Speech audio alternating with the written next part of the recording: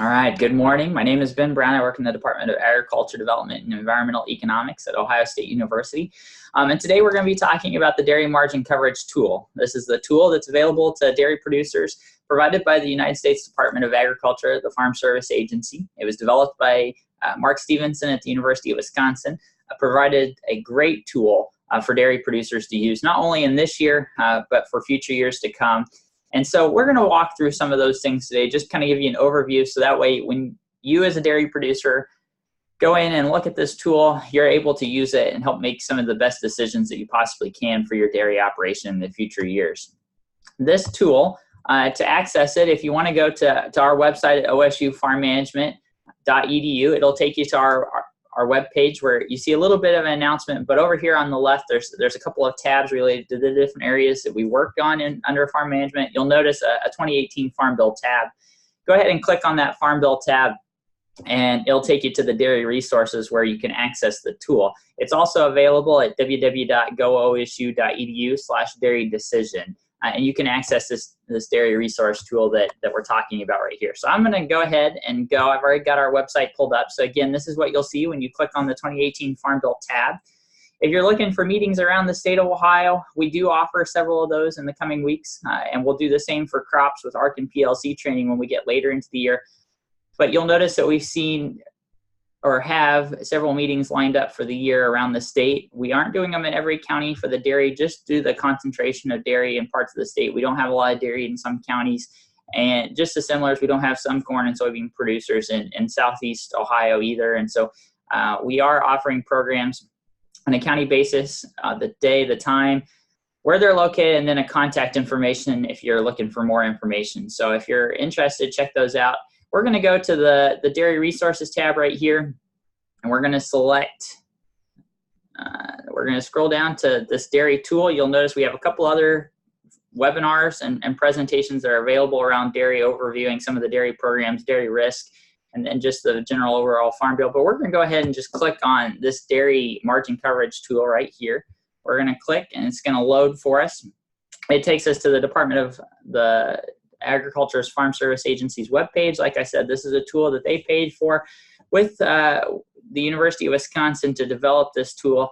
And so it's going to tell you a little bit about the program, how it works under the Farm Bill, a couple other things about just general program assignments.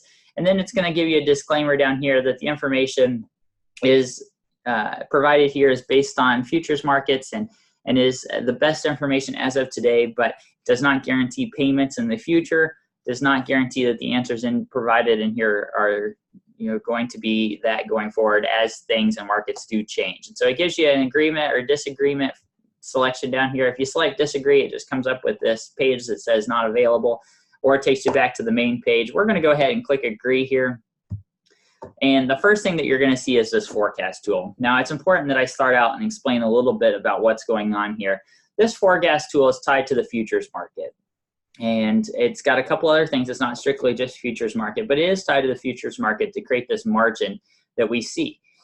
And since we're accessing this here in July, we have several months where this black line does not have a band around it because those months have already received the margin has been released for those months. So we're 100% certain about what this margin is going to be for these months, and we're assuming a 950 coverage level. That's what this blue line down here, because 950 is the highest a dairy production in Tier 1 can choose for coverage levels. And so this is what this blue line, anytime this black line is below this blue line, we can expect payments.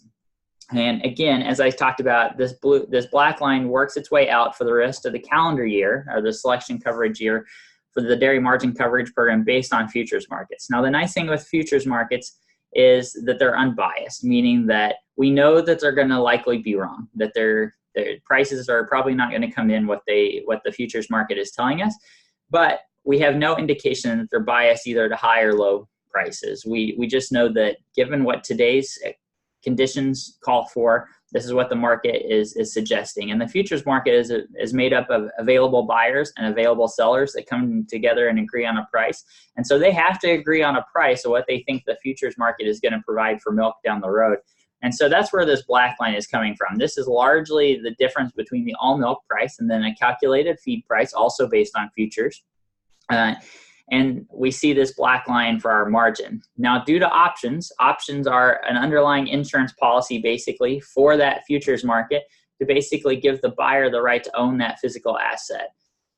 The options tell us a lot about where we think risk for that market's going to be. The closer we get to this date, so we're June, we have a pretty good idea where that margin is going to end up because we're already through June. But if you look at July, August, and September, we're looking at options markets that signal to us, the variability in the price. If we expect prices to be highly variable, we'd expect those options to be a little less expensive because we realize that there's a lot of risk involved in that process. If we're 100% certain where markets are going to be, or we're highly confident in that, we expect options markets to be a little more pricey just because we're building in that function, we're building in that availability. And so as you look out, we see a band around this. Now the green is 25% above, meaning that for a confidence level of 50%, we are 50% sure that the price is going to fall between this green band and red band. There is a 25% chance that the price or margin will be lower than the red, and there's also a 25% chance that it'll be above the green. But it still gives us an availability to forecast out as we look forward. A couple of things, and this is current as of July 9th, but you can go back and look at historic days from the previous years. I do want to point out, if you click on this probability tab here, this is the same chart or same information that we were looking at on the previous slide. The only difference now is, we see it's in table form. We see the coverage levels over here on the left. Up here on the top, we see the months for this calendar year. And what we see here is we see the first line is our expected margins on these months. Now, for months that we already know the margin, so I'm going to pick out February here. We already know what the margin is for February. It came in at 791. There's a 100% probability that the margin is going to be below 950. Same as there's a 100% chance it's below $9, 100% chance it's below $8.50, and 100% chance it's below $8. Remember, it came in at 791. If we look out, again, we see May at $9. June is our first month where we're not 100% certain where that margin is going to be, but we have, with pretty good confidence, it's going to fall below that 950. We have an 84% chance it's going to fall below $9, and we have a 13% chance it's going to fall below $8.50. But on that, there is not statistical significance that's going to fall below any of these coverage levels, so $8 or less. But as we go out, so I'm going to pick December of this year. We expect a margin of $9.39 or $9.89. Well, that's above our $8.50 coverage level, but there is a 36% chance that margin is going to fall below our $9.50 coverage level. There's a 20% chance it's going to fall below $9.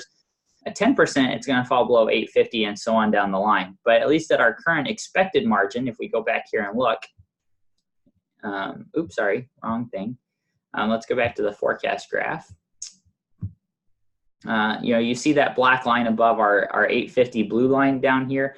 But we do see a chance. This red bar is falling below, meaning that there is probability, and that's what this is showing, that there is probability that it is going to fall below these coverage levels, but we are currently forecasting and expecting a 989 coverage or margin level. So just something to think about when making your decisions. This will be really important for the next year because we're going to be looking at these decisions before the year actually starts. This year, when we're making our decision in the summer months, in June, July here, we already knew what some of these months were going to pay out. And we knew that January was going to pay out. We knew that February was going to pay out. March was going to pay out. April, now May. We all know that those months are going to provide payments under the $9.50 coverage level. We had 4 months under the $9 coverage level. So just something to consider and think in your mind. Probably most importantly is this select coverage tab. So this is where this helps producers select their coverage of the program that they're interested in insuring milk against. I want to point out a couple of features. First, this annual production history. This is what's mailed to you and what you have registered with the Farm Service Agency. If you don't have production history currently registered through the Farm Service Agency, you'll go in and they have ways of calculating your production history. But for most of you, it's going to be your highest milk production during 11, 12, and 13. Those 3 years, you're going to choose your highest production. If you aren't sure what your production is, you can click on this question bar, and it has in here, same thing I just talked about. For most farms, it's going to be the production history of 11, 12, and 13. If you started farming after that, the Farm Service Agency does have ways of calculating how your production history does work. But you're going to go ahead and you're just going to put in your pounds in here. So I'm just going to put in an arbitrary value of 6.5 million pounds. And you'll notice when I click out of it, it makes some adjustments down here on our coverage levels. We can change how much we want to cover as a percent, and this will be becoming important if we want to avoid tier 2 production. Remember, tier 1 and tier 2 is split at 5 million pounds. So anything under 5 million pounds goes in tier 1, anything over 5 million pounds goes in tier 2. I've got over 5 million pounds in my example here, so we see tier 1 showing up. If I was to change this to 4.5 million pounds and exit out, you'll notice that tier 1 or tier 2 disappears because all of our production falls below this tier 1. So let's go, or under that 5 million pounds in tier 1. So let's go back to 6.5 million pounds. Again, tier 2 shows back up.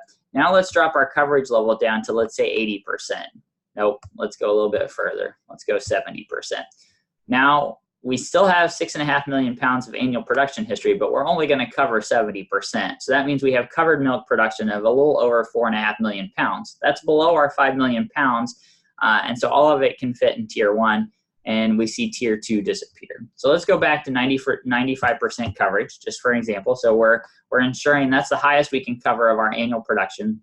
So we've got this a little over 6.1 million pounds of milk to ensure. We see tier 2 pop back up. And what we see now is the availability to look at our expected payments and the probability that we're going to have a positive payment from these programs. Now, something I want to point out is if you do have tier 2 production, if you select $8 or less in your coverage, so $8 or $7.50 or $7 in tier 1, you'll notice that in tier 2, it's at the same rate. So you have to select anything under $8 in tier 1 has to have the same value in tier 2, the same coverage level in tier 2. So if I was to select $7.50 over here, you'll notice it drops $7.50 or $7 coverage level down here in tier 1. They have to be the same. If you get above $8, so let's select $8.50, then you can select any coverage level you want without changing that tier 1. So you can select any coverage level in tier 2 that you want without changing your coverage level in tier 1. This is going to be really important when you start looking at these premiums that we've got over here in tier 1. We talked about in a previous thing, or a previous webinar, looking at these tier 2 premiums. They get really expensive over 5 cents or over this $5 coverage level. We see premiums really increase in this tier 1. So my solution would be to maximize your tier 1 production. Try to avoid tier 2 if you can, but if you do enroll in tier 2 production, you're looking, select a high coverage level in tier 1 so you can select a low coverage level in tier 2. If you don't, if you select this $8, then it's going to require you an $8, which is a high premium for tier 2 over here in the second part. So let's just look, let's go back here and let's select $9.50, and then I'm just going to select the $5, which I would consider catastrophic coverage over here in the tier 2. It's relatively low premium. If we get down below $5, I'm willing to spend this $58 basically. So this is the premium on that, that extra 175,000 pounds. I'm willing to spend almost $60 to insure against catastrophic coverage. This is $60 annually. You'll notice if I go up to 10 cents, now all of a sudden that's jumping up to $1,100. That's a big jump from $58 all the way up to $1,100 annually. So I'm willing to spend that $68, but if you want to select the $4 coverage down here, you have no premium available. So let's just select the $5, and then let me explain what we've got up here in terms of your decision. So this top one is for an annual election. Remember, under margin coverage, you get 2 choices. You can either select annually every year, or you can lock in for a 5-year period and get a 25% discount. This first one shows you what your premium is going to be for annual election with the fee. So the fee is a $100 registration fee every year. And if the question comes up, if you have to go in and pay that fee every year, yes. The Farm Service Agency is going to ask you to come in and pay your premiums and fees on an annual basis so they can see you and know that you're still milking. But where we get this annual fee, or where we get this premium plus fee calculation here, the $7,600, is the $7,500 premium for the Tier 1 production at $9 coverage, so all of this in here, plus our $58.75 here, plus that $100. So that's what's all adding up to this $7,658. If we look at the next line, this is what the premium for an annual cost for that 5-year option. So you're getting a 25% discount for locking in for 5 years, but still at an annual cost, you're looking at $5,700. So a lot less lower. This is, your premiums would be annually lower than what the annual election would be. But if we have years where the program doesn't look like it's going to pay, you can't opt out. Or you can opt out, you just can't come back in. And so, just something to keep in mind. And then with this third line, this is the premium discount with the premiums over 5 years with the 20 discount plus the fees for all 5 years. And that's where we get this $28,845 for a 5-year annual lock-in, or 5-year lock-in in total. Now let me talk about what this expected payment probability is here. This is currently what we're expecting payments to be for 1 year under this program. Now, this isn't guaranteed, and this is likely going to change. This is off that forecast margin that we saw on the previous page. So these will change. These expected payments will change as we move forward. You'll notice that at that 750, they turn to 0 because we haven't seen any margins below 750, and we don't have any probabilities currently suggesting that we're going to get below that $750 range through the rest of 2019. But these are not guaranteed. Even though it says a probability of 100% over here for $53,000, this expected payment will change based on a forecast throughout the year. What this probability is suggesting is that there's a 100% chance of a positive above premium. So if you paid $7,600 in premiums, this is saying that there's a 100% chance that what you get back is going to be higher than your premium. There's a 100% chance that what you get back under $9 coverage is going to be above your premium. There's a 100% chance of what you get back under the $850 is going to be above what you paid in premiums. But then you start seeing premiums drop off. This is going to be important when you start making decisions for future years, because we're not going to have those back years where we know what the margin's going to be. Remember, 2019 is a funny year because we get to retroact all those months that we knew we were going to trigger a payment. And so we're with 100% certain that we're going to have a positive net indemnity. So positive net benefit, indemnities minus premiums up here on the top. And so that's what this is saying right here. There's a 0% probability that we're going to, on any of these coverage levels, that we're going to have enough of a premium or enough of an indemnity coming back to us to pay our premiums. And so this is where maybe that $4 coverage level starts looking really attractive, knowing that I'm not going to get probably any premiums. But again, if something were to totally fall off the cliff and margins were going to incredibly shrink, that $5 coverage level at that $60 a year is probably a risk that maybe I'm willing to think about taking. There's a couple of things else added onto this tool.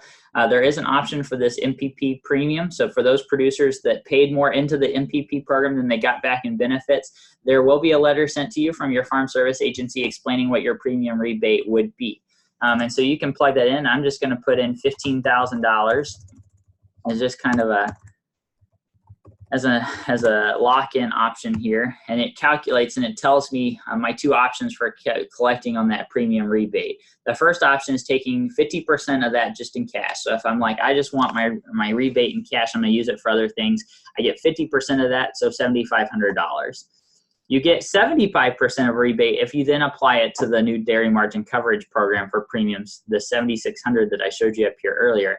And so we're going to take 75% of that. So you've got $11,250 to spend, basically. You can spread that over a couple years. And so now this is telling you that it almost covers 2 years worth of annual coverage or 2.5 years of coverage at that discounted rate.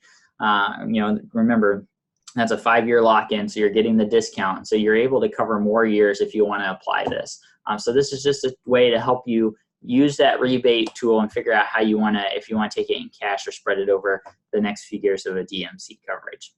With that, I'll go back to our PowerPoint real quick and show you a couple other resources. So this just explains the tool, and these slides are available if you don't want to watch the video.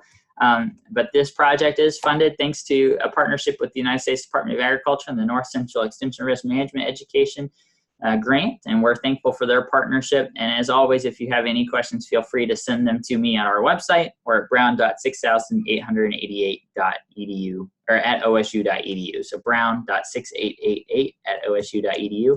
Again, we thank you for your time, and we hope this was useful to you. And again, thank you for participating in Ohio State College of Agriculture webinar, and we look forward to seeing you around the state of Ohio soon. Thank you.